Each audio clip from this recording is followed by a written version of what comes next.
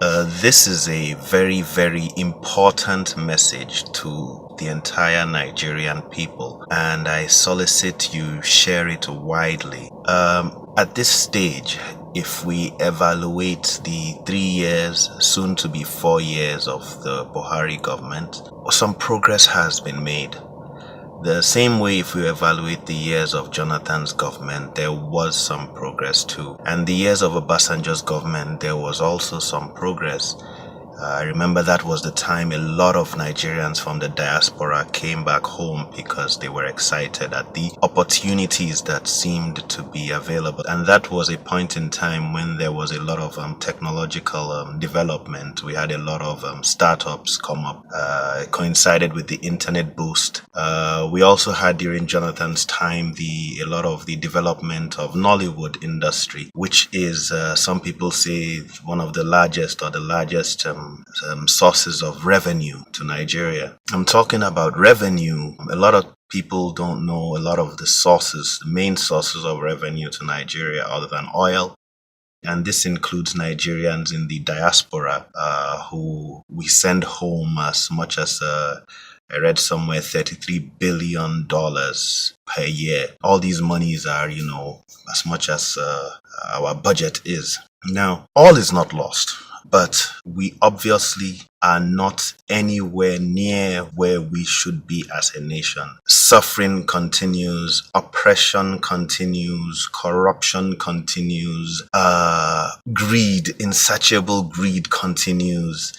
Development eludes us, and it's only mediocre things that are presented to us. Nepotism continues, abuse of office continues. We are hearing about like $25 billion that the NNPC is able to budget by itself and spend by itself that we do not scrutinize, which is equivalent to our budget for the whole country that the Senate and everybody scrutinizes. Some few people handle this, and they can decide that they want to build a pipeline for $3 billion, and just a handful of selected officials scrutinize this. We don't even know these things are happening.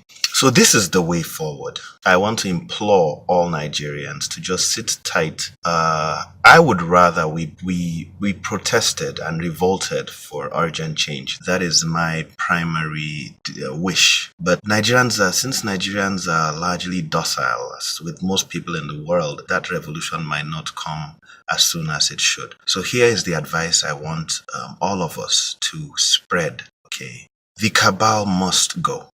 Absolutely, the cabal have held Nigeria back, and the cabal must go.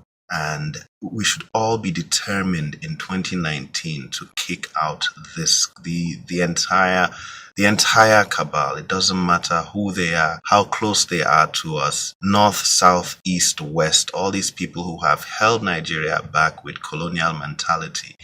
We all need to together agree to get them out and get in a new crop of people so Nigeria has a chance. Now, some people might say that these new people, how do we know they will not be cabal like the other cabal? We deserve a chance. We deserve a fighting chance.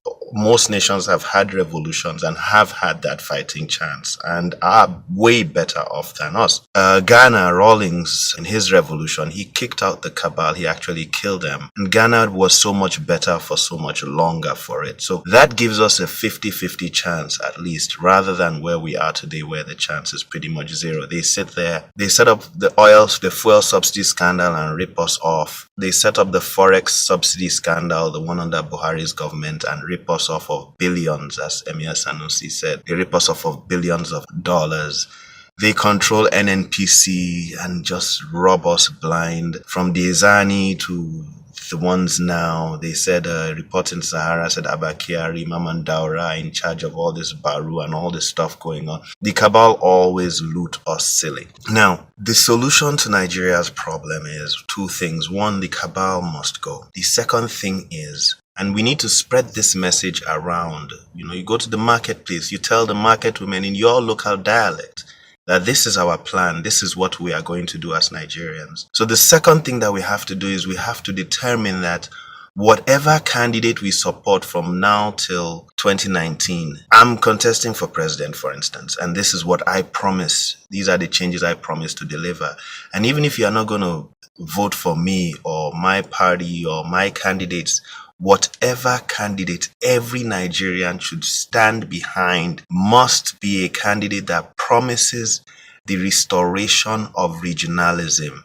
We must restore our regionalism. Each region, we might have about 6 of them. And of course, in my government, it will be an open government. We deserve an open government where everybody, intelligent minds, can come together and be listened to. Not some people who sit with ego and say, we know what is right. We could kill you here. We could shut you up there. Whatever you say is fake speech, hate news, or whatever. Not that type of government. We must tell people in the marketplace everywhere, tell our soldiers that they should fight for this, that this is what they deserve, so they are not mistreated, abused, punished, and become victims of, Amnesty International pursuit and human rights, sanction and all of that. Everybody must be committed to this goal, the restoration of true federalism as we had it before, because there is no reason why. Let's take a look at the way it is.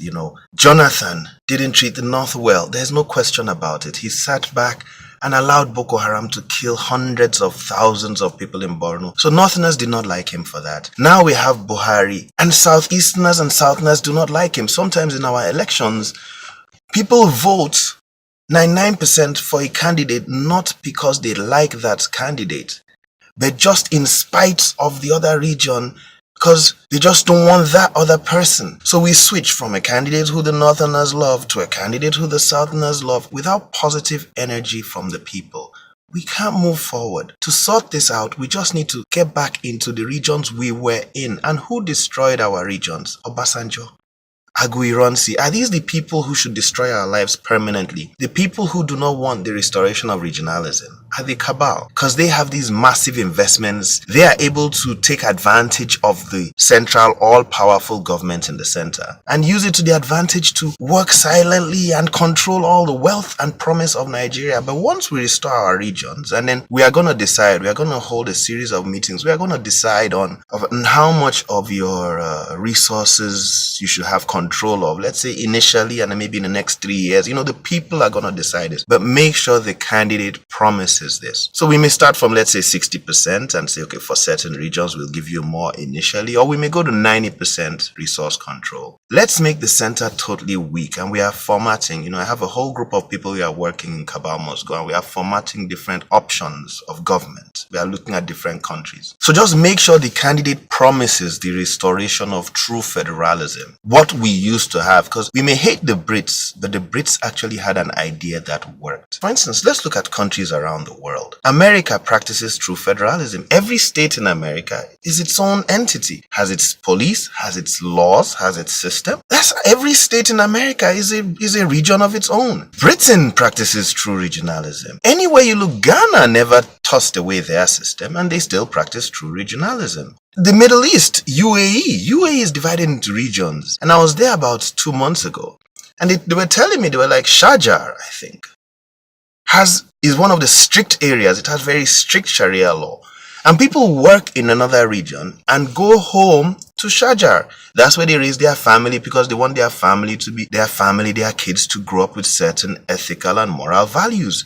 So they raise their children in Sharjah, and then they work in Dubai and stuff like that. It just makes sense to have, so that instead of us, if you look online, there's so much vitriol, there's so much hate, there's so much anger. You see Baru come up, you see this side defend the person they think is theirs, that side, and we are wasting and expending so much energy and time on this. Restoration of true regionalism would allow the regions compete. I put up a survey on this, and the responses I got were so thought-provoking from certain people, explaining how true regionalism would allow that true competition. And then you look at another region and you say, see the way this region is progressing. The next year you won't vote for that monkey again. But a lot of things we do out of spite. Abuja is too strong. The center is just too strong. Buhari promised devolution of powers initially, but when they get there, they see that strength. They now say, no, once we can restore the regions, then have a weak center, Nigeria will be able to skyrocket.